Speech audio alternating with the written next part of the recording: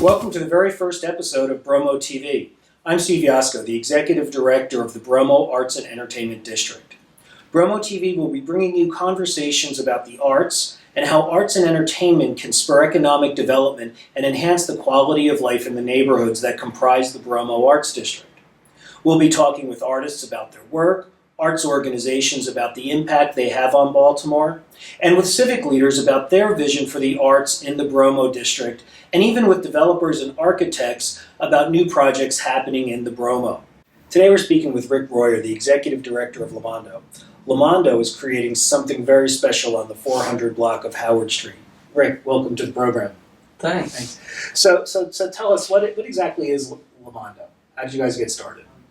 And how we got started is from the impulse to address the issue of lack of affordable and safe artist spaces, particularly in Baltimore, but everywhere. I felt deserved this radical approach to an arts district, which is to actually have artists have some equity in them and design those districts and be drivers of those districts.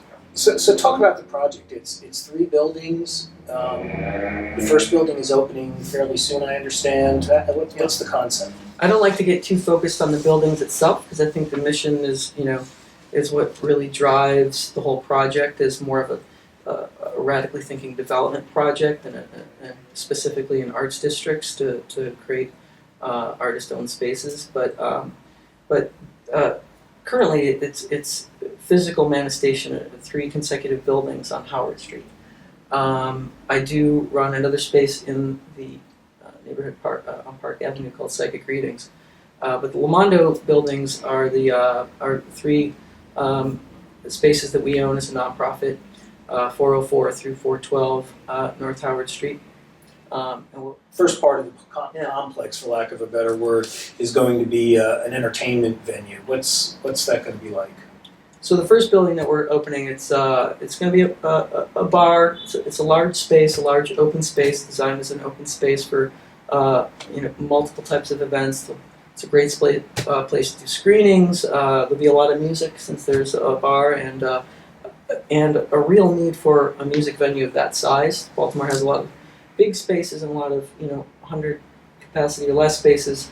This will be like that sweet spot, 350 capacity venue. So theater, music, dance, cinema, literature, you name it. With some apartments and studios and some office spaces in there. The whole idea is to build entire ecosystems. Mm-hmm. When people see that we're taking on 3 buildings, they'll ask, "Why do you need all 3?" I said, "Well, because we can't do it with one. Neither can a lot of places do it with one. Theater companies or music venues. It's very hard to take your mission-driven thing and then just in a vacuum, just put it somewhere and make it work." So now, are you still on target for the March opening? March or April. I mean, as a soft opening for smaller, lower capacity.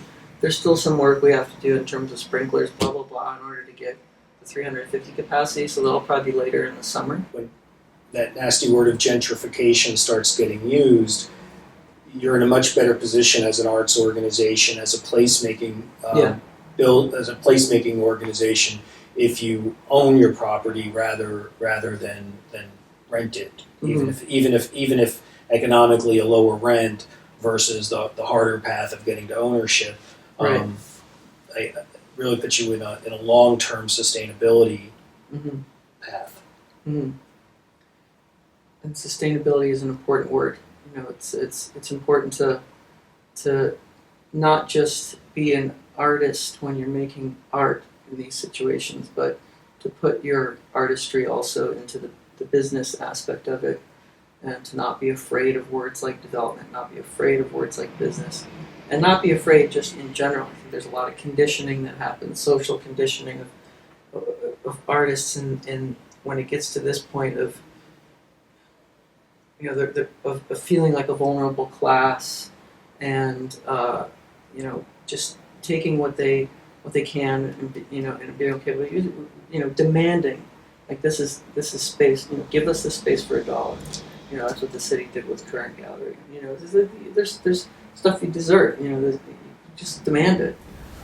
I'm Steve Yasko, the Executive Director of the Bromo Arts and Entertainment District, and today we've been speaking with Ric Royer from Lamondo. He's the Executive Director, and they have an amazing project, as you've heard, on the 400 block of Howard Street that will transform the block. Thank you very much. More information about the Bromo Arts and Entertainment District can be found at bromodistrict.org. Thank you very much. See you soon.